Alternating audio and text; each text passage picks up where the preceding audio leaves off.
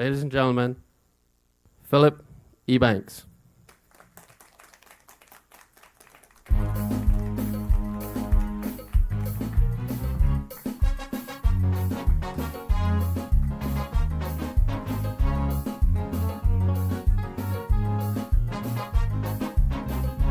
This is the way it should be. One for Phillip and you will see.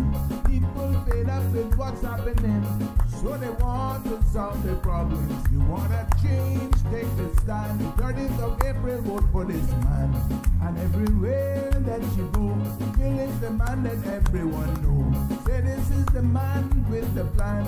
You cannot find a better man. All you people in Red Bay, vote number 1 on voting day.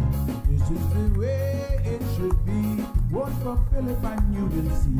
This is the way, this is the way. Vote for Phillip and Red Bay.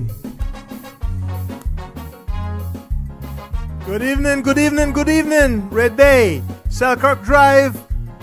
Thank all of those who are here tonight, and thank those who are going to be viewing this video.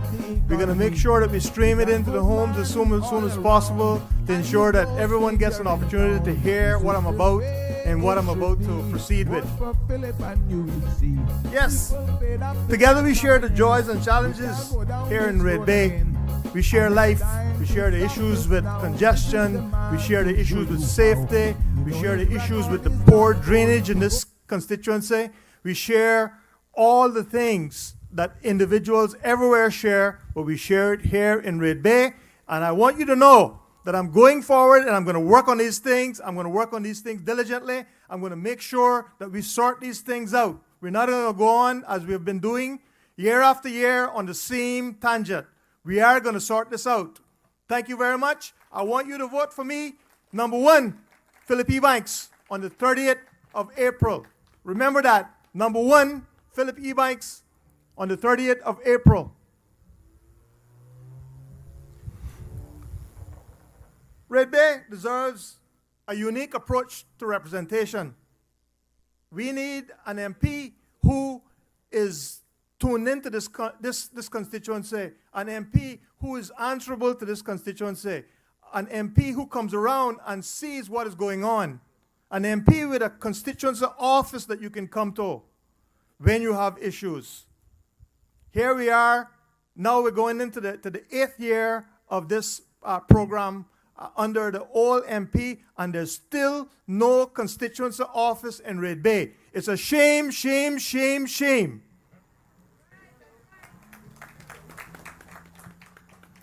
Instead, what do we get?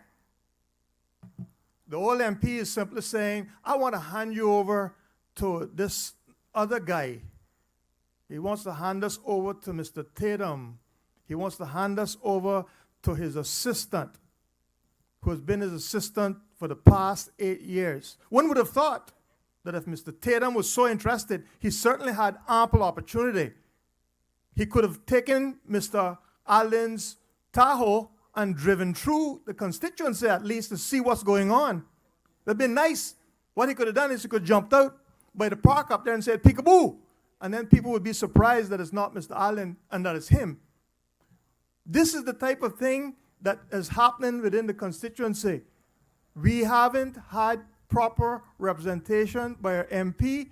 As I've traveled through the homes here in Red Bay, and I've spoken to people and I've asked them their concern, one of the things that they've said to me is, Phillip, we are so pleased to finally see somebody who's coming and asking about our situation here, asking about our concerns, asking about how we see ourselves going forward. What do we see as the issues? Many people said that they've never seen the MP in 8 years, except on TV now and again, or passing in his car. It's a shame. Listen, I hold no ill will, and as he heads off into his retirement, I wish him well. But his apologies made out at a recent meeting right here on Victory about not attending to Red Bay issues, about being sorry that he hadn't taken better care of Red Bay, haven't gone unnoticed. The Rivers family residence right here on Prospect Drive is a testament to the fact of how this constituency has been taken care of. Anyone who wants to visit that residence, and they have told me they have no issue, you just go on Prospect Drive and 2 houses down across from Miss Cherry's shop. And there's the poor Rivers residence. Sad, sad, sad state of dilapidation, where for the last 2 years, they have been asking for some assistance. They apparently have called the MP and they got absolutely no answer. They called, and there has been some response, but still no action. 2 years. 2 years. If you see the place, you'd think that we're somewhere in Somalia. It is absolutely ridiculous, absolutely out of order, and I will fix it. I will fix these things. If you give me the opportunity, I will fix these things, Red Bay. Vote for number 1, Phillip Ebanks, on 30th of April. Thank you so much.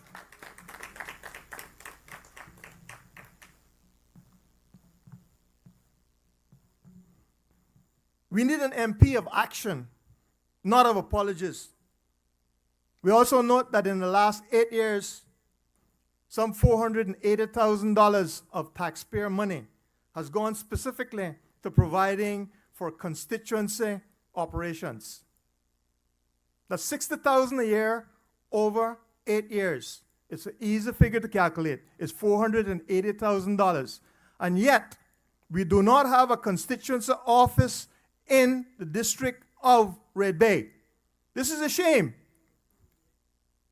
If they had at least taken a little bit of that money and done something to the Rivers residents, then I could say, hey, guess what? They used something towards that. But no. No accountability. Using public funds in a way that nobody's given any accountability for. They just continue along this pathway. It's atypical.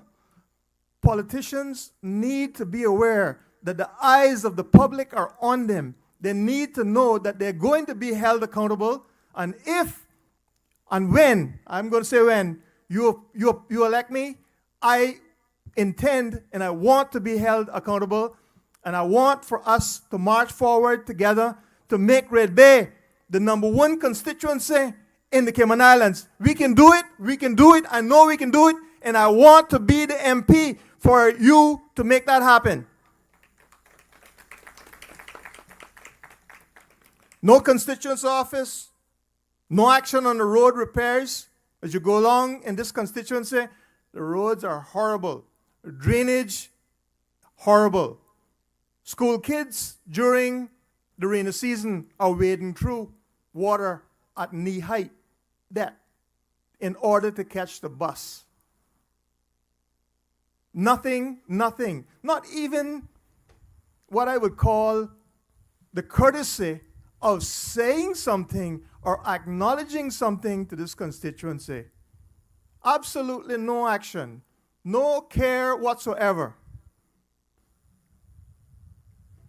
The speed bumps, as simple as that is, which should be in effect, which we should be able to get to slow traffic down so that people are not racing through these neighborhoods. Even that we cannot get done properly. And what is that all about? It's all about simply the MP taking an interest in the constituency. One drive through here will show you where the speed bumps need to go. We've seen that it's even the position that some of the older speed bumps haven't been maintained. Some of those are so old that they're worn down, and now they need to be replaced. But yet, even in the other areas where we now need to get speed bumps, we don't have those there, and the old ones are being worn down. This is unacceptable. I intend to change it. If you give me the shot, I'm going to change it.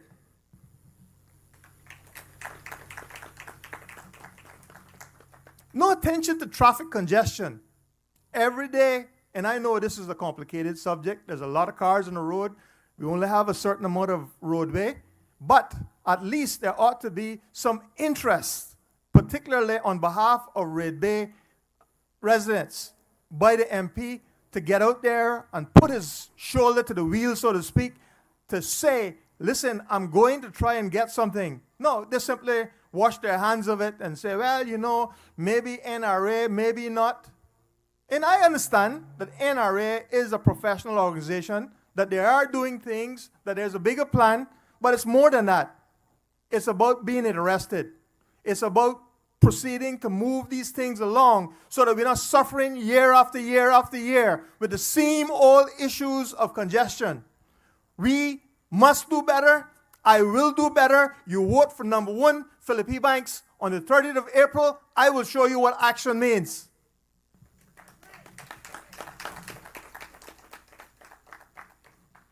Even the somewhat minor changes to traffic that we could do to improve the risk, improve the safety.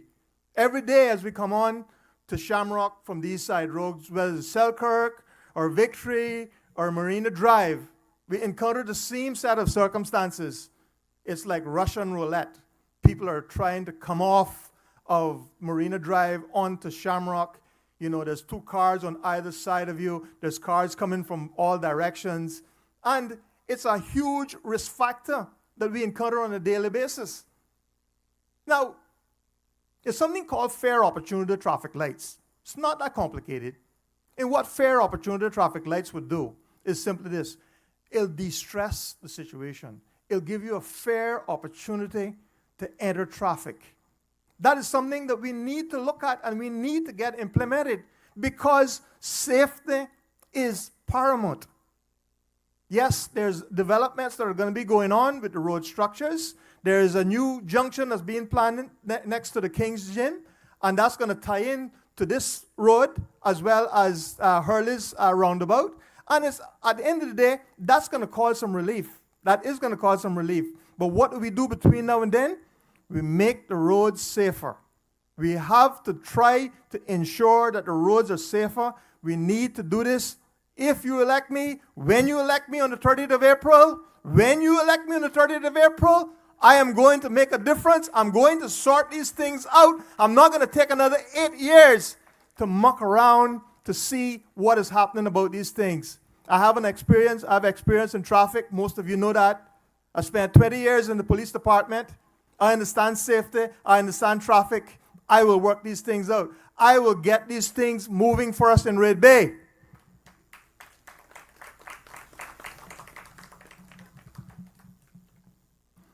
Core to that is that I'm going to put that constituency office in this constituency within the first 100 days. You have my undertaking on that. I'm not just going to take public funds and not produce what public funds are intended for. The issue of the constituency office is very, very important to the constituency. It marks a place that everyone can come to and they know that they can meet with their MP. They know that their concerns can be dealt with by the MP. They know that they can be connected to the government services that are available. It also marks a place where the MP can have registers, where he will know where people who are at risk in certain areas. He will know who is in need in certain areas. He will know in a time of emergency during the hurricanes and that type of thing, where the people are that are going to need help. This is not just a nicety. It's not just about a room. It's about connection between the MP and the constituency. It's very important. I don't understand why they haven't seen that it's important. I think it's just a failure and an abandonment of Red Bay. I think it is wrong. It is clearly wrong. People are seeing it. I am seeing it. You're seeing it. And if you vote for me on the 30th of April, I will change that for you here in this constituency.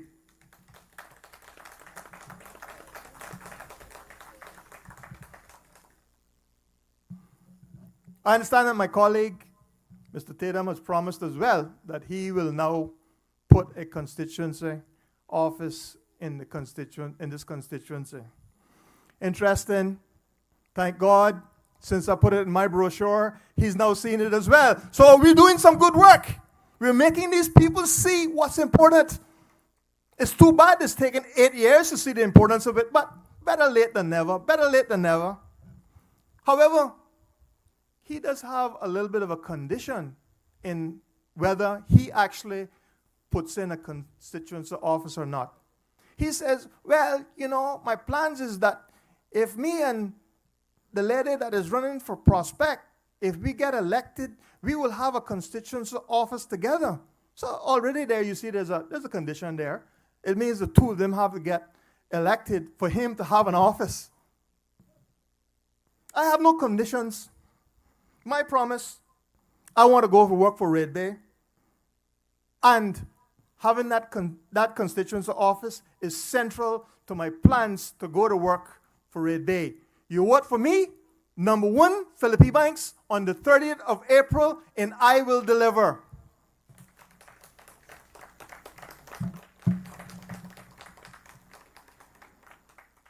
Talking about that promise that if Mr. Roy and his colleague in the Prospect constituency for the Progressives are both successful. I don't know about that. If anybody watched the debates there, you'll see what I'm talking about. There's 2 very strong candidates, not including the Progressive candidate in the Prospect constituency. I watched that debate and I saw 2 professionals go head to head, 2 well-informed, understanding people who knew their subject. My friends, I wouldn't bet on Mr. Roy being able to meet that criteria of both him and his colleague being elected.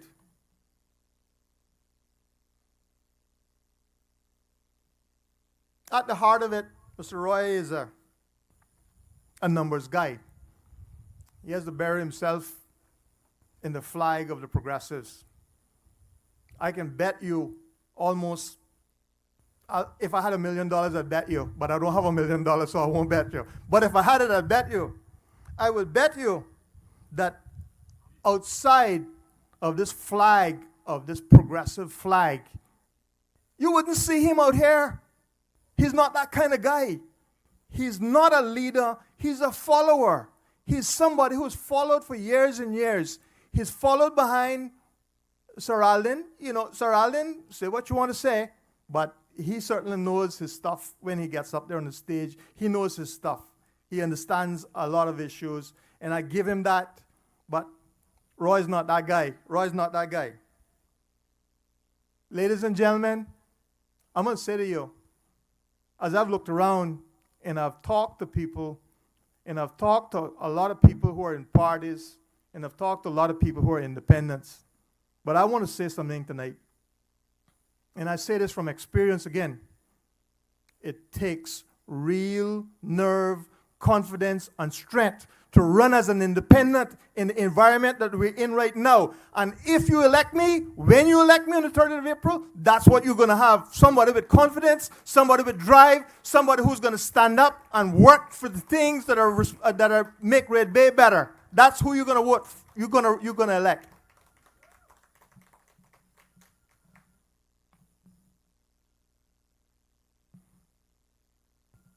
Many will say, well, you better just vote for these parties because they got a better program.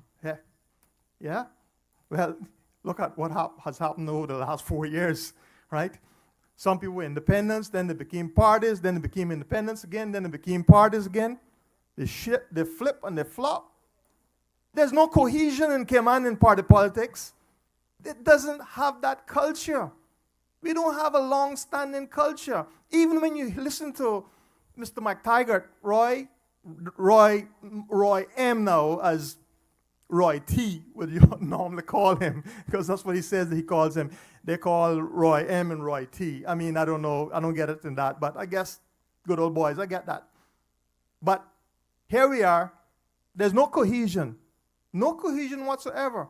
There's into this process when they're standing before the radio and on OC show, and they're saying, oh, we're a party, okay? And they say things like, Well, we're getting our manifesto ready. You're getting your manifesto ready as a party, and you've already have people who are part of your brand. What are they standing for? How can you stand for anything unless you know what it is? So now they're going to form this manifesto around these people? It's ridiculous.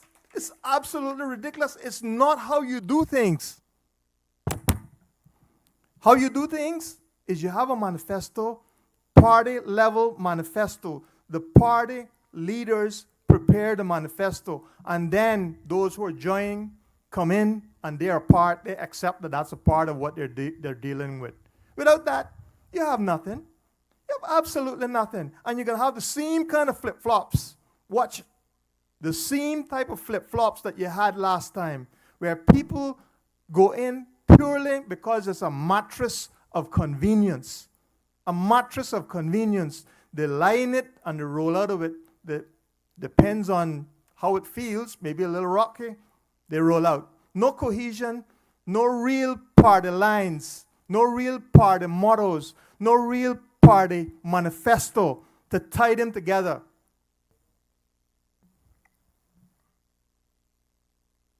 We saw it last time, jumping from ship to ship. Even the progressives themselves, main figures in the progressives, jump off in the form of sub-party. And then what's interesting is that even though Mr. Roy McTaggart was heavily critical of the expenditure of that $150 million that was budgeted for or expended just shortly before we had nominations. You remember that? He was so critical. He said, this is absolutely ridiculous. We should not be doing this. We're doing a disservice to the country. He said that that government that was doing that was doing a disservice to the country. Yet 2 or 3 days prior to nomination, they pull all of those same people, 3 or 4 of them, into their midst, and now they're their party. I mean, it's absolutely ridiculous. Let me tell you, if you look at any developed country with developed parties, the one thing that you don't see is people do not move in and out of the party. It's a big thing. They move out, God bless them, they're not going to be coming back. I mean, rare indeed, because it means that you've broken with that object, that issue of how that party runs. You've broken with that party's culture, and you don't get to come back in. It doesn't happen. It does not happen. But, okay, man, it's a mattress of convenience. Just watch and you see it. They've done it over 4 years, and now they've come and sort of reconstituted and say, wow, let's do it to them again. Let's do it to them again. I know we can do it. We can flash the colors and put up the shining lights, and we will fool the public. But I don't think so. I don't think so. I think Red Bay is seeing the light.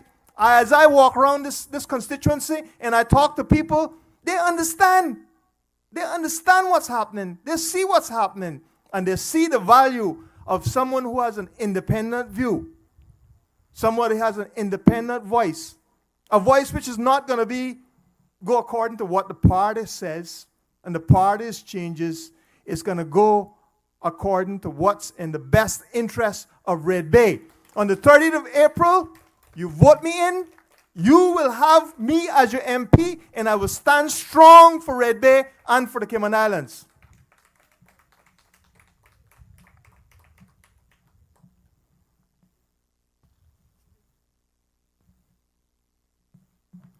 I know there's a lot banking and there's a lot of parties, and parties are, I'm not against parties. Understand that now tonight. What I'm against is this idea that the only option is a party. It's a different argument. Parties are supposed to work as this cohesive unit so that you can get things done. That means that you're expecting that they will stay together. Has that been happening? No. So there's a difficulty right there.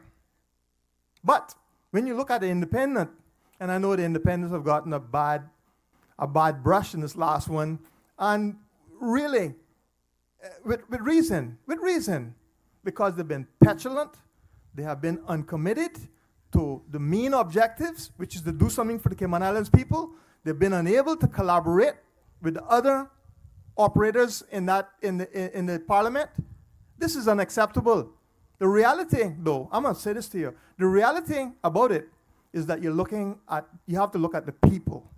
You really have got to look at the people, because it's not the title that makes the difference. It's the people. They have to stop being petulant. They have to learn to collaborate. And listen, you elect me on the 30th of April, you'll have a master collaborator. I will work towards ensuring that we have the best government possible. The best government possible. I will do that for Red Bay. I will do it for the Cayman Islands. I will make sure that every one of us is well represented in the parliament. I will make sure not only to work in relation to forming the next government, but I will also be there to do one very, very important thing. One very important thing that you're not going to get out of any party. You have to get it out of an independent. And that is to keep my thumb to the back of that government, to make sure that promises made are promises kept. Promises made are promises kept. We have got to make sure that we don't only put people in a position to do a job, but that we stand and make sure that they do that job. The issues in this country are serious, and we need to make sure that they get done. And as your MP for Red Bay, I will be the person to ensure that it gets done.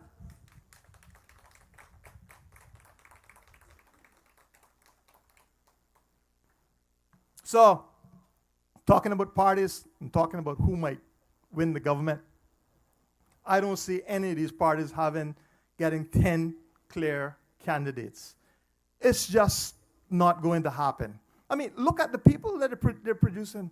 You see 10 clear candidates in any of those parties? And then what about the existing MPs that are out there that we can almost say, I know that they're going to get reelected. And you know why they're going to get elected? Because they've done one important thing. They've taken care of their constituency. It's not magic. It's not magic. But it is correct in the way that constituencies approach elections and their representation as an MP. You want your MP to be responsive to the needs of that constituency.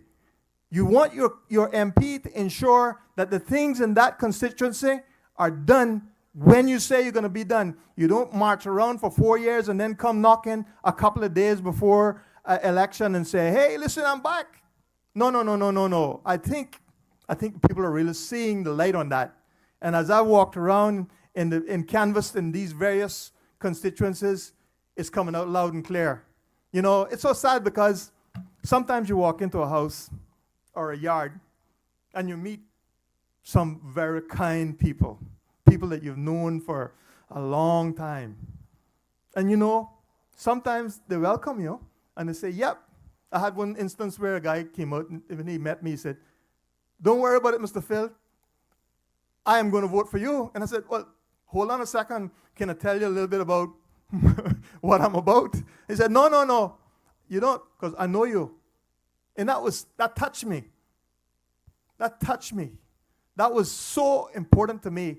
I went home and I told my wife, and by the way, she's sitting in the car there somewhere because she's feeling a little bit ill, but she's here watching and being attentive and trying to do what she can to support me. Hilda, thank you very much. Thank you very much. But at other times as I've gone through constituencies, houses in the constituency, you meet people and they walk out and they say flat up, don't bother waste your time, don't bother talk to me. And I say, well, you know, you want this brochure? No, sir, you seem like a very nice man, but I've spent the last 20 years here. Politicians, they walk through, they come through, they don't follow through, you never see them again. I'm not voting anymore. It's sad. It's a loss of confidence. A loss of confidence in the very system, the primary system by which our rights are derived. Do not take your eyes and minds off of an understanding of what elections mean.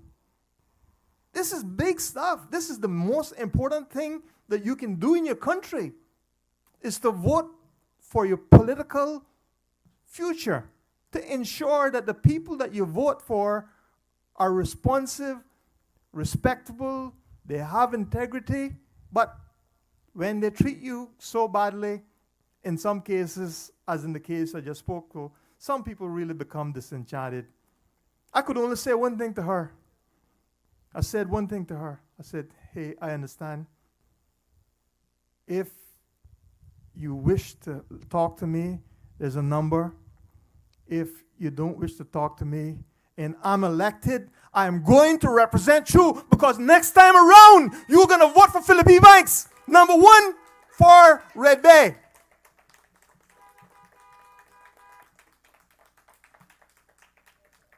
The progressives have lost their way.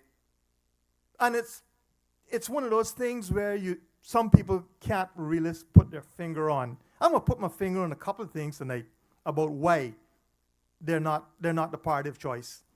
But overall, they become deeply, deeply unpopular on the national stage. Yes, they can put up, a fanfare and a show, and if they could get Beyonce down here, man, would they have a show. But she's not coming. I might get her, though. You never know. But they're not coming. She's not coming for them.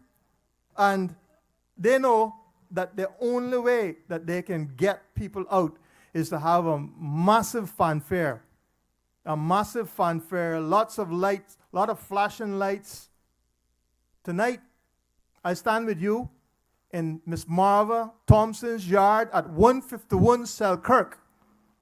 Out there's a lot of people who I've spoken to, and they've said, Philip, don't worry. We are watching the stream. We're going to watch the stream because one reason or another, they can't be here. A lot of people nowadays are concerned about safety. They're concerned on a number of levels, and they prefer to stay in their yards and watch these types of proceedings by way of TV. And God bless TV, because I love it too.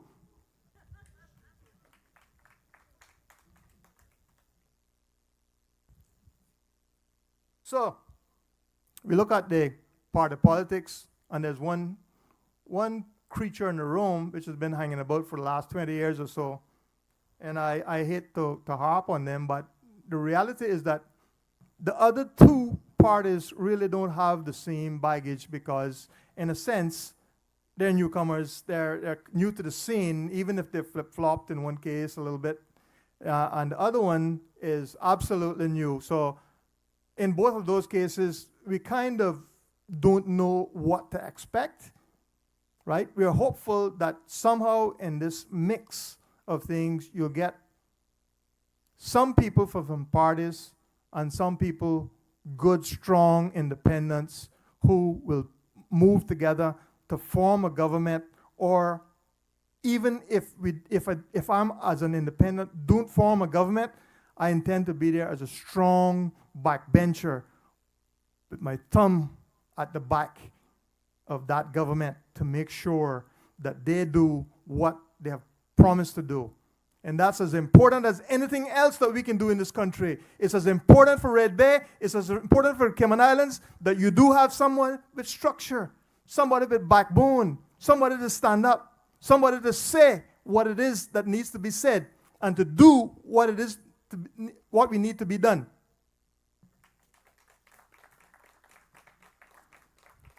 I was watching video the other night, and there was a gentleman on there, and he was saying, let's get back on the train. He was talking about the progressive train. It's so interesting, and said, there was a recording about they'd had two successive governments. And, hey, guess what? I understand that the important thing about politics is that you highlight your highs and cover up your lows, right? And of course, that's what it's doing. They talk about 2 successive governments and about leaving money in the coffers on both of those governments. But I have a good memory. The 2017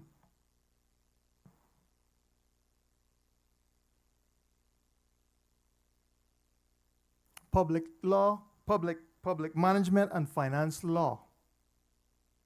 Remember that? Amidst all of the overspending, there was a pressure on the Cayman Islands government to bring its finances in line. Thank God for the UK. Thank God for the UK, because what it did is it brought them in line, at least temporarily. And because of that, we're not as bad off today as we probably would have been had the UK not stepped in to ensure that there was some semblance of order, to ensure that we weren't borrowing more than 10% of the amount that we have budgeted for the year, and other structures in there to ensure that we kept in line. And so now they can say, yes, we're following that rule. But that's an interesting rule, because when you talk about public debt, it's about $750 million public debt. And so certainly when you look at that in ratio towards the revenue, they're under the 10%. They're under the 10% ratio, about 9%. But what they're getting away from and what they're failing to really deal with is what we call the pension and health care liabilities. $2.4 billion. $2.4 billion. That's $240 million. That's what we're talking about. You're talking about serious expenditure. And that is not being accounted for in the structure of looking at the under 10% ratio in comparison to revenue.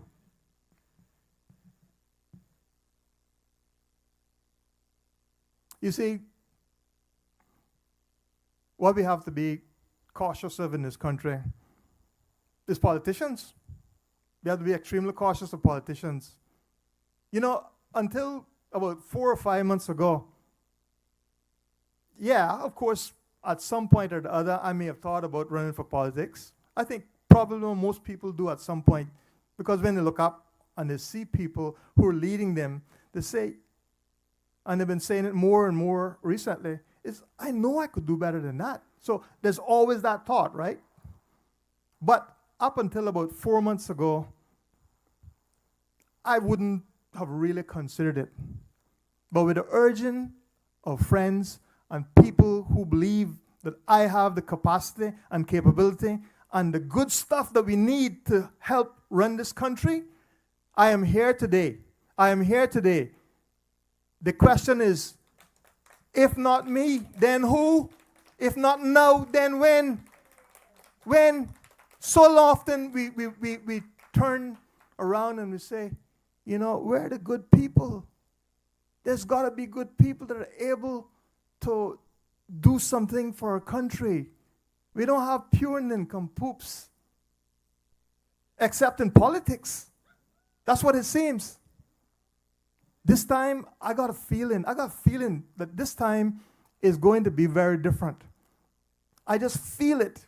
When you see some of the very brightest people out there, you know, I'm not going to call names because I don't want to get involved in anybody's race. But we have some fresh, great blood. And I look forward and I hope within my heart of hearts that we could have some of those bright people come true to make sure that we do something for this country, because it's now or never. We've got to sort this country out. And on 30th of April, you vote number 1 for Phillip Ebanks, and I will be there along with those other bright lights to make sure that we take this country forward.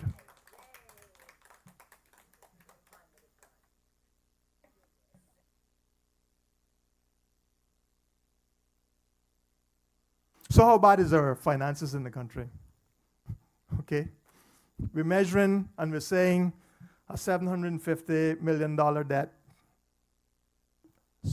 a billion and something projected revenue.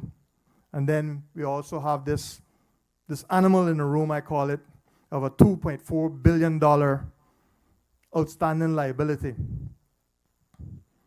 Well, the honest truth is simply this. The economists agree on one thing, that if you counted it together, we'd have some real financial problems. But the fact of the matter is that we really don't know, because as far as I can see, I haven't been able to find any kind of financial modeling to tell us exactly how bad off we are. So how are we going to sort it? We're going to have to model it. We're going to have to figure it out and see where we are. And in the next government, I promise you, I'm going to work on that, because it's important to us. It's important to our children. It's important to our future. We got to take care of that. That's an important factor.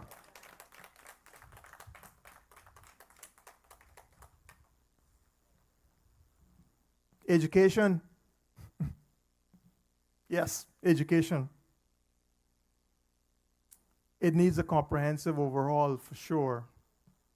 As you look around and you see some statistics, 70% of the children leaving primary school and going into high school are not reading to standard. At a time when we're looking at changing technology, artificial intelligence is on us. Shifting geopolitics. What are we going to do? We've got to take this on. It's serious. We're going to have to figure this thing out. And I'm going to join. There's other good people who know a lot more about education than I am, and that's what we need. There's nobody who knows it all. But I'm going to join in with those people who are most prominent and most capable of dealing with education. We're going to study this thing. We can find a way forward. And we are going to overhaul this education system, because we must. We must. We must.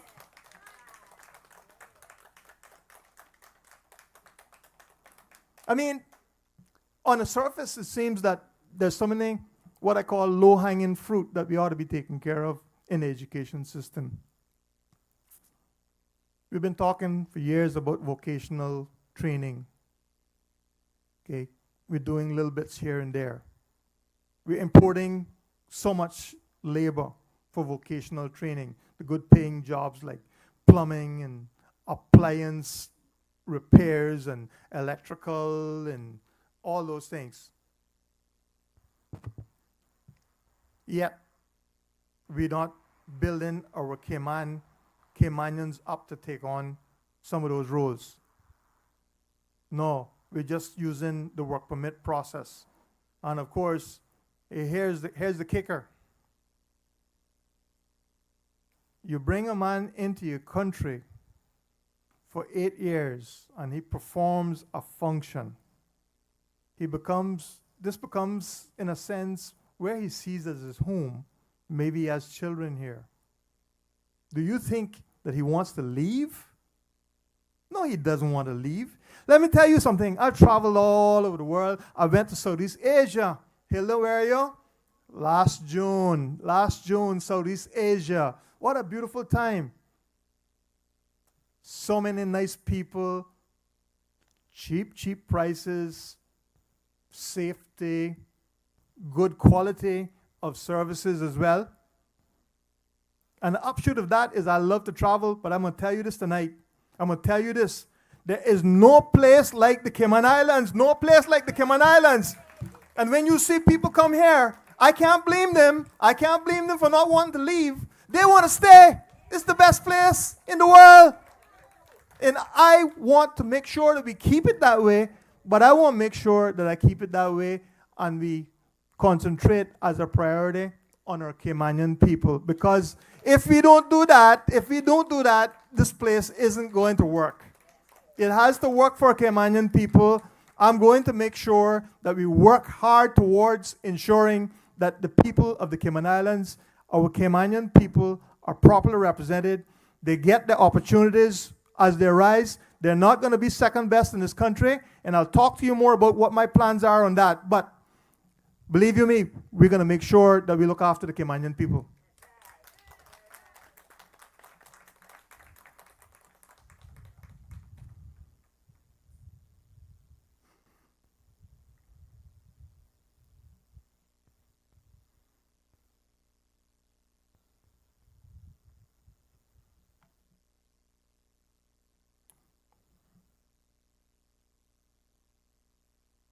The other line for success, aside from education, is opportunities. I firmly believe that education and opportunities make success. So we got to fix the education, but we also got to look and make sure the opportunities are there. Our immigration law and system has a significant impact on all of that. It's not really working the way it's supposed to work. We agree to that. And how it is operated, again, largely dictates on whether people get the opportunities in the workplace that they deserve. And what I mean by that, the best possible job within your line of qualification that is available out there that would otherwise go to somebody on a work permit, the Caymanian should have an opportunity to get that job. And I firmly believe that that is what the country is crying for right now. And I will work to ensure that that gets done.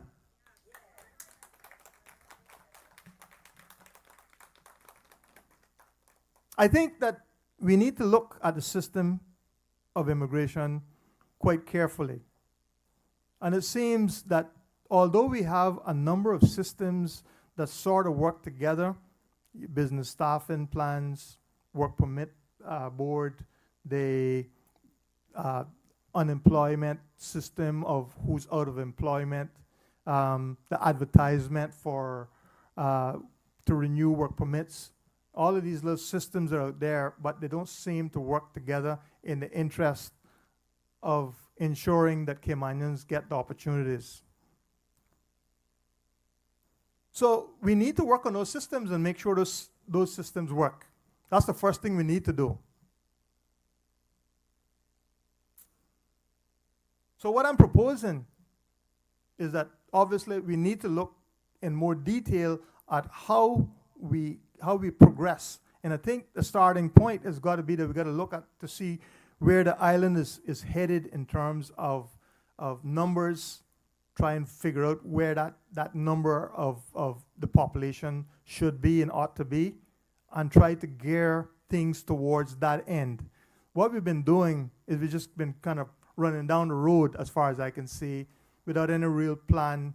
And as a result of that, we're here today.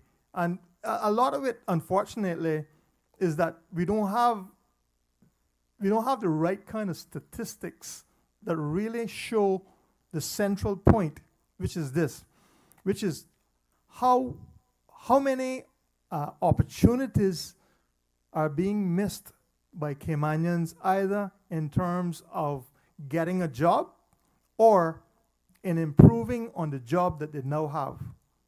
You see, it's really two things, isn't it? A young person comes into the workforce for the first time, he needs to get a job.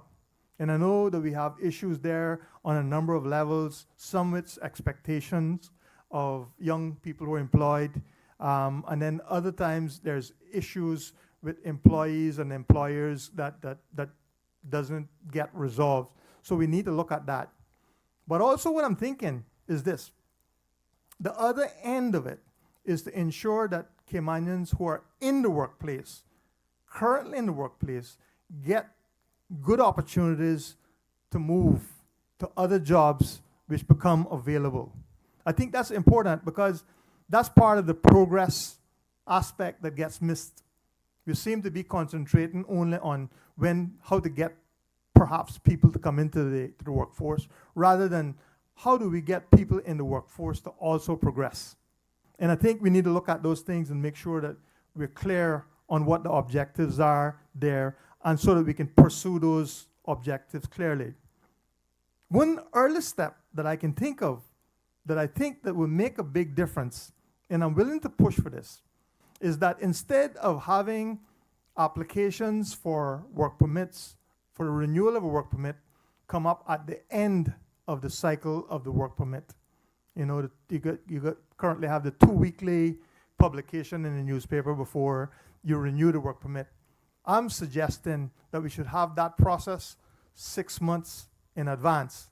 In other words, if a work permit is coming up for renewal, then 6 months in advance of that, the advertisement has to go out, and it's going to say simply this: in 6 months down the road, this position is going to become available. And what does that do? It means that if you're in an existing job and you look at that job and you say, hey, this looks like it might be a good job for me, I'd like a shot at this, you have some time. You know, when you look at existing contracts, and I do a lot of employment contracts, and the one thing that remains a central figure of it is that employers and employees kind of want stability.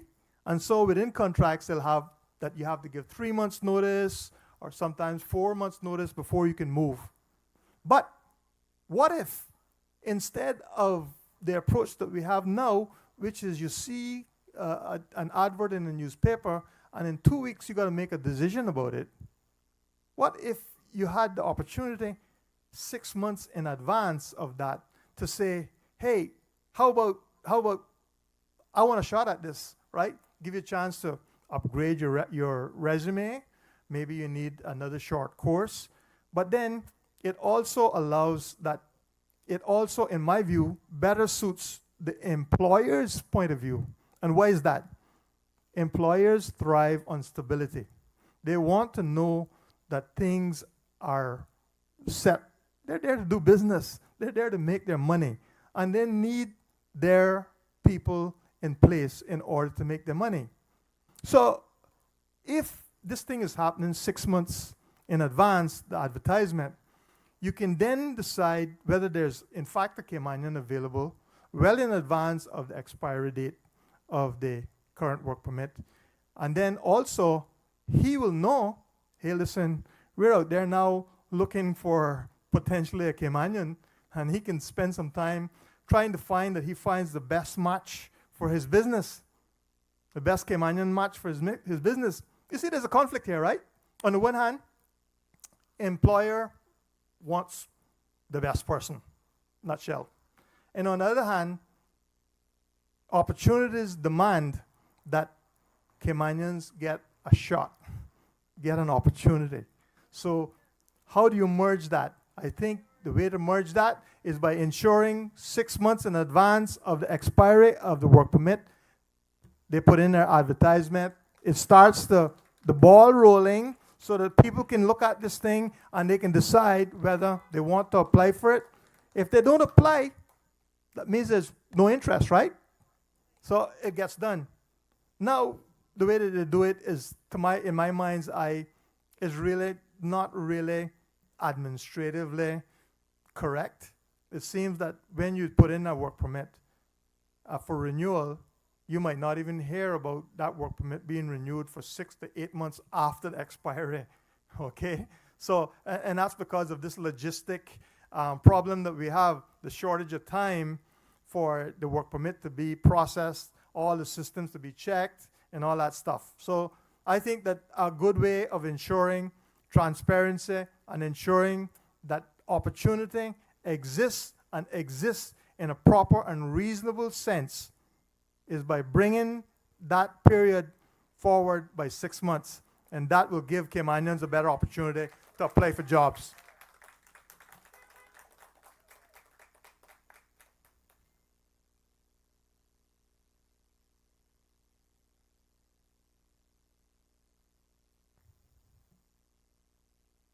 The second aspect of the immigration system that we obviously urgently need to fix is that the systems within immigration, and this is systematic, this is a financial outlay fix, is that talking to my colleagues in work and other places, one of the things that become very clear to me is that you have a lot of different systems. You have the business planning system, you have the work permit system, you have the labor system, you have the advertisement system, and these systems do not talk to each other.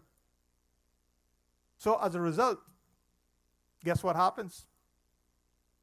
A lot of work permits are issued without checking all the systems. And so all of these plans and all these fine plans to have all this stuff in place to protect Caymanians is not going to work because the system doesn't work, because they don't talk to each other. And we know what happens. People get frustrated. They say, you got an employer who's barking down and saying, where's my permit, where's my permit, where's my permit? And then they're trying to do their best in there, but the system don't talk to each other.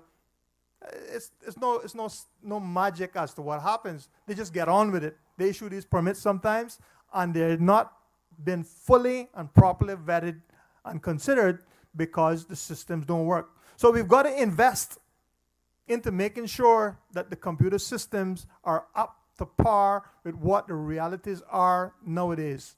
That they have the artificial intelligence systems in there that they can talk to each other. We can make sure that, in fact, the systems work to ensure that the opportunities for Caymanians in the workplace is protected. It's protected. They have the opportunity. We've got to make sure that it works. Thank you.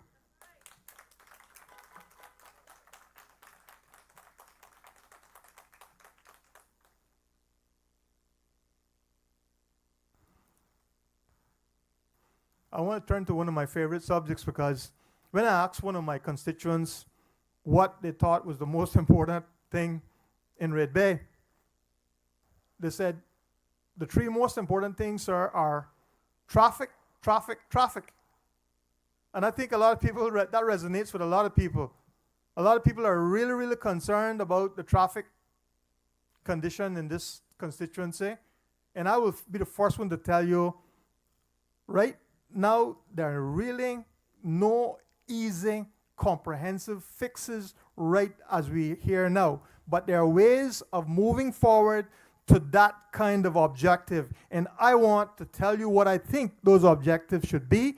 And I want to pursue those objectives for you.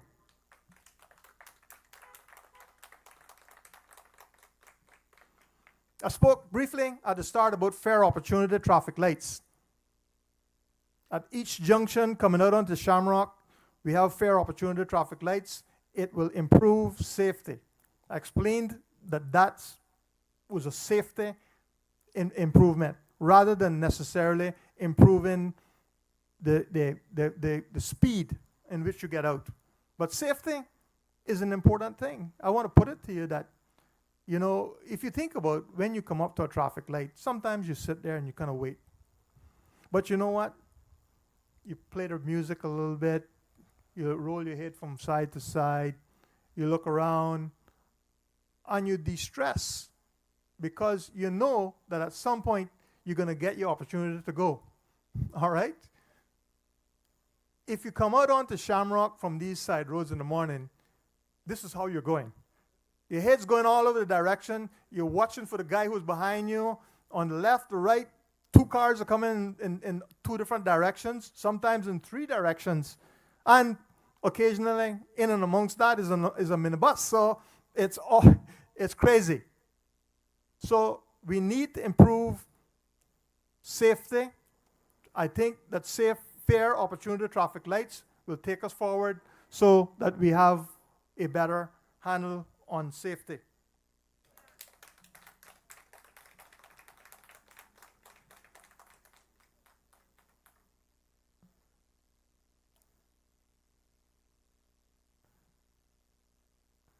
I want to get to work on implementing the public transport plan. There's one that's been sitting on the shelves there now for about a year. I've had a look at it. I think it has some positive things that will help us. Now, I know a lot of people say, public transport, I'm not going to give up my car. And yeah, hey, I guess I understand that, I get it, people want the car, and I get that. But part of the problem is this, or part of the issue is this. Most people have never experienced a properly working, clean, on time public transport system. In many places that you go, public transport is the way to go. People don't mess with cars.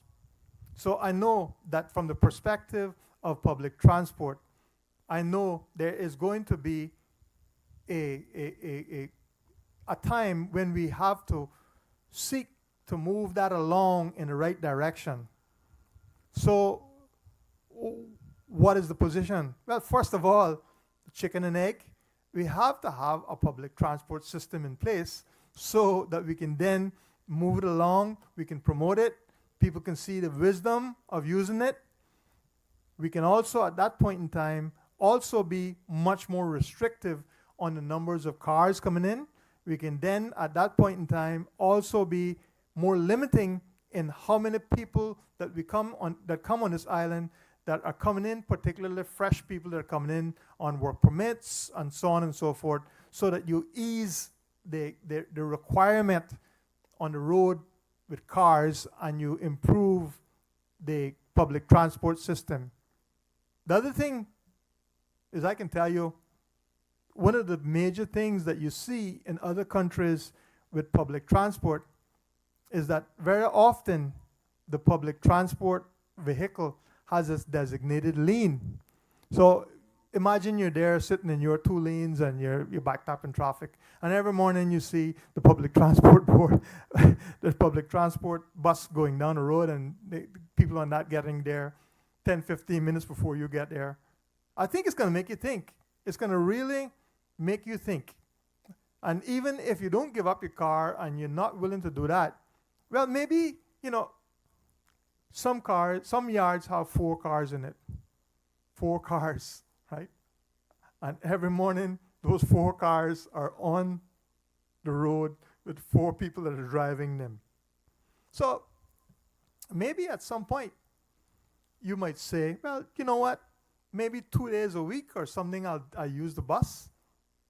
Maybe we'll be more thoughtful about it and realize that there is a benefit in reducing the traffic loads so that we can all enjoy a better standard of life on the roads.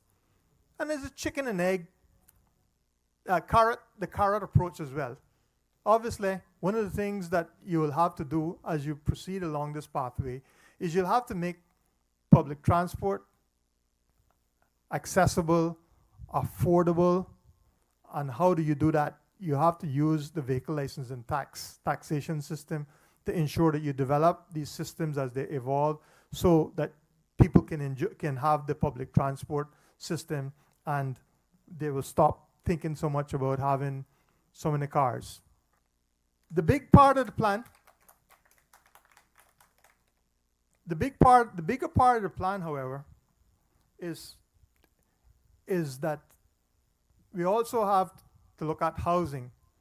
There's the east to west road that is being planned. Now that east-west road, which is the road that will be leading in here from East End, North Side, from the Savannah on into here, is an important road in a couple of respects. First of all, it is going to allow some easement with traffic because another road helps traffic. But beyond that, I see great value in the fact that as that road goes through, it is going to create additional land availability so that there will be more space for development, for housing for Caymanians, and within having housing for Caymanians over on that end, my view is that we should develop businesses, perhaps the courthouse, government offices, banks, everything that you in fact need to go into central Georgetown for should be in that direction. And why is that important? Because right now, the bottleneck effect that we have is that everyone from East End, North Side, Bordentown, come through every day, okay? And it bottlenecks right here. So the way to relieve that bottleneck is to have services on that direction so that people will have an option to use the services in that direction. if we want a new high school, that's where we need to put a new high school over there so that we can have that option. Mind you, that's not only about Bordentown, Northside, and East End benefiting from that, because we here in Red Bay too will benefit from that. Because if the service is in that direction, why would we want to turn left instead of right to go and get those services? So this is good. This is good for Red Bay. It's good for housing. It's good for traffic congestion. And you vote me in on the 30th of April, and I will put my shoulder to the wheel to get some of these systems in place to ensure that we improve public housing, congestion, and get that road sorted out.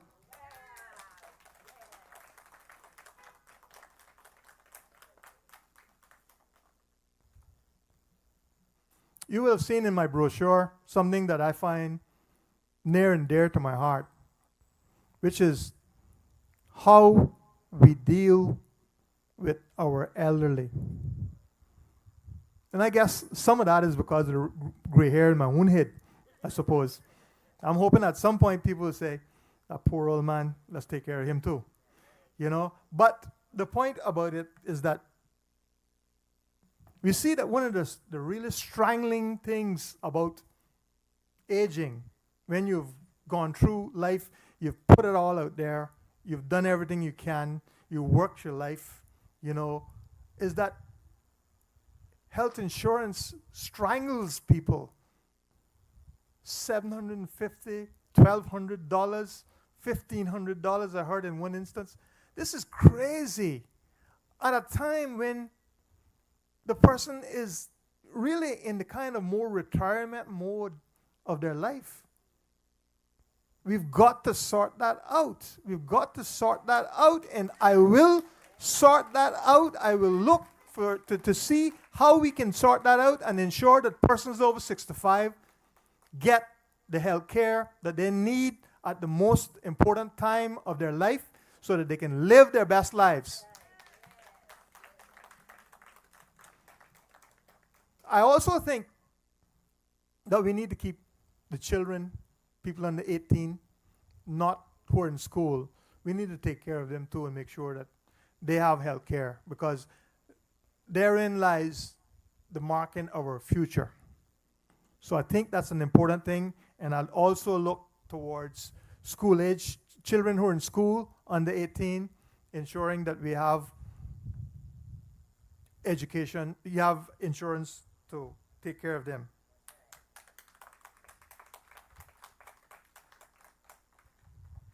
The other issue that I've noticed, and I suppose part of it relates to what I've just said about persons over 65 having health insurance, because that's a major thing for employers.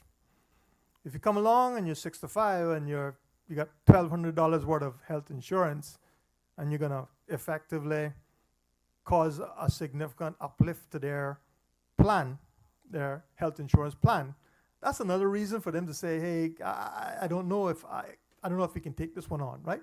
But if the person comes along and their health insurance is covered anyway, then it also means that that person will have a greater opportunity to continue working. And here we are.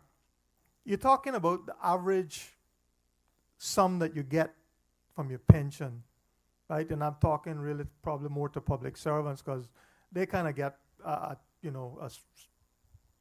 the private one is is pretty sad, but the public one allows maybe $1,200, $1,500 a month. In some cases, I think the minimum now is $1,500. So $1,500, maybe $2,000 a month. But let's put that in perspective.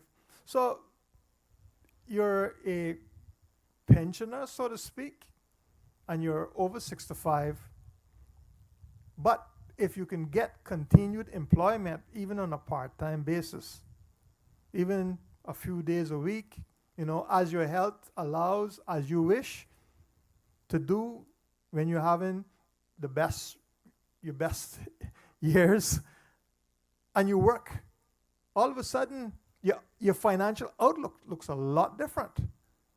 And therein lies the way that we hopefully help people to live their best lives as they mature, is to allow them to continue to be able to work as long as they wish. So we gotta gear the systems to ensure that people who are healthy, who want to continue to work, will be allowed and facilitated in continuing to work. Because the offshoot of that is that we import more work permits, and that's not good, right?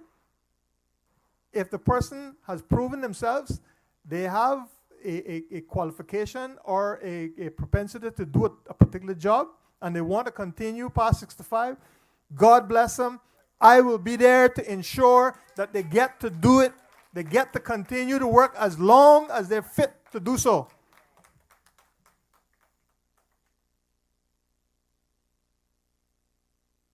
I spoke earlier about the issue of housing and about how to fix housing.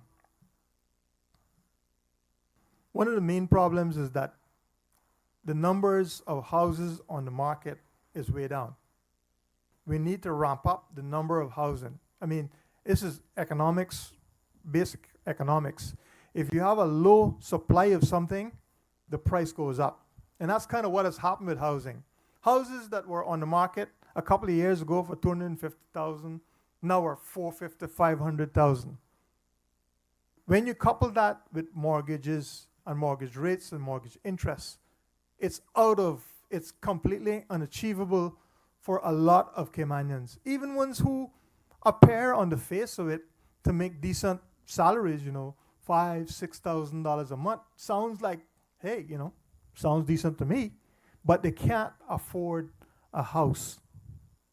So what we got to do is we got to get the numbers of houses up so that we can stabilize the prices, okay? When we look at building that east to west road, we've got to make sure that as a part of that, there is an encouragement, and I think the developers are ready. They're ready to do it. They have one problem. Planning regulations need to be streamlined so that they're not around their necks. They're not taking 2 and 3 years to get through planning in order to build something.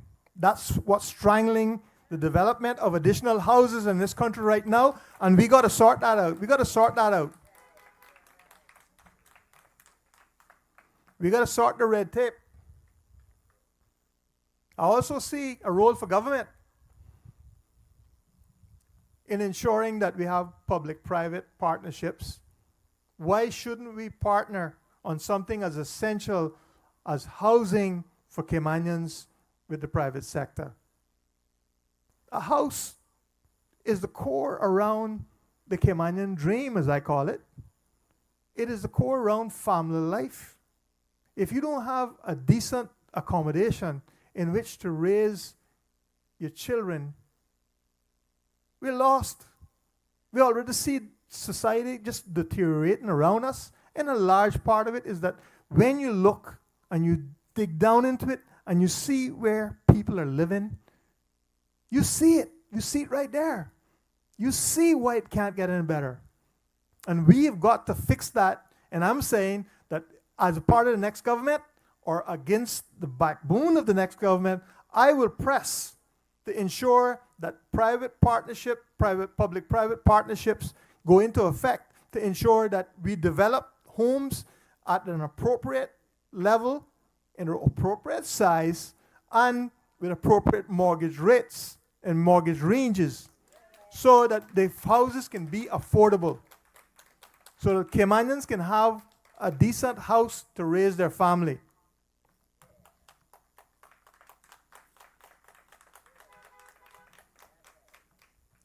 Houses don't have to be all one size or all one shape or all anything. They can be apartments. They can be small houses. I think that we need to approach this whole concept about housing a little bit differently than we've approached from the past. Cayman has a very limited amount of land space, which means a couple of things. First of all, it makes sense that we go up when we build in, meaning some apartments. We need to get apartments in there as well as single-family dwelling houses. But I also want to look at it from the perspective, as I've seen in other areas, where you can also put small, small mini homes in a higher density configuration in certain areas. So that, for example, you might have 4 small homes or 4 small cottages on, say, a quarter acre of land, where you could have these sort of 4 or 5 individual homes on that. That way, the land cost per home, per small home, comes down. We need to look at different options. No one size fits all. We need to think outside the box. We need to recognize, and I've seen some little developments with small homes, very attractive, little walking paths and lights and, nice. And for a lot of people, here's the deal. They want a safe, comfortable house that are home or accommodation so that they can do the things in life that they need. They need to sleep, they need to eat, they need to be, with their family. They need comfort and security of that small house. Hey, guess what? I'm all for Caymanians doing the big houses as well. In fact, if they start off in the starter home and they do well, God bless them. God bless them. Because that's what I want for Cayman. I want them to have the very best. But I also want them to have a start. The option for a start.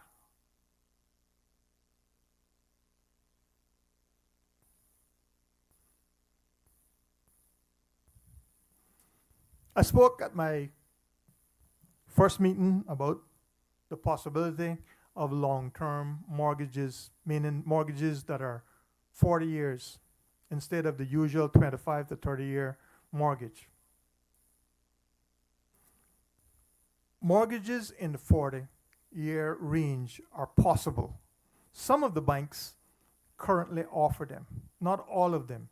It seems that they're not mainstream, but they do happen from time to time. The point with having a mortgage for 40 years is that the monthly fee, the monthly payment for that mortgage comes down. And that's really, really important when you start talking about the cost of living. If you can reduce what is in fact the most expensive part of your budget, which is your monthly mortgage, then you have some money that you can use on other things. To me, that is the number one way that I believe that we could press to ensure that the cost of living is contained. It's meaningful. You can target it. We could make sure that that happen. And I think that between the private sector, which is a normal banking system, I'm sure that once government makes a start and provides, because government needs to lead. Government needs to lead. It just can't let the private sector just do what it is. It's got to do what's in the best interest of the people. We got to make sure that things like this are pressed forward. I can't think of anything that I believe that government should borrow on than housing, that needs to borrow more on and is more worthy of being borrowed on than Cayman housing. We need to get past this and we need to push on.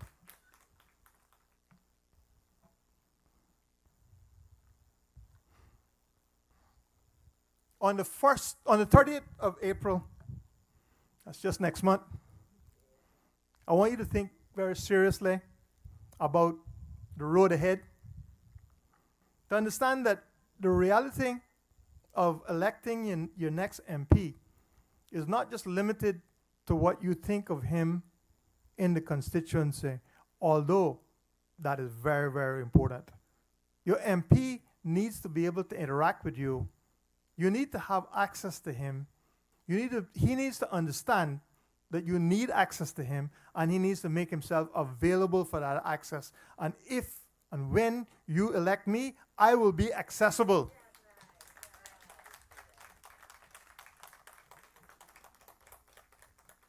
Other than that, however, your MP is going to be in Parliament. He is going to represent you on the national stage. You have to decide who you want that MP to be, I'm going to suggest this to you. You shouldn't just put that in the hands of some party leader. I think that where you have a choice, particularly here in Red Bay, where you have the choice of a good, competent, capable individual who will work for you in Parliament, you need to vote for that person. You need to vote for number 1, Phillip Ebanks, on the 30th of April. I thank you all very much. I appreciate your time, and God bless you. I hope that you'll get some my mama's cassava cake is there somewhere, all right? And the corned beef sandwiches, they're all there. So thank you very much.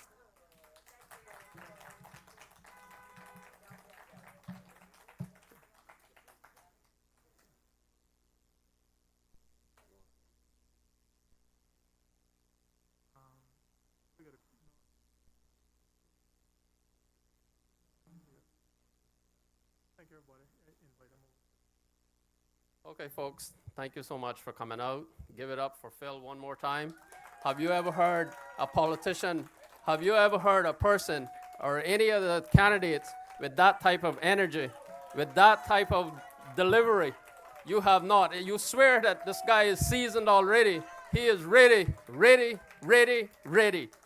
God bless Red Bay. God bless Red Bay. God bless Selkirk. Thank you all very much. Come and join us for some of those corned beef sandwiches, please. Thank you.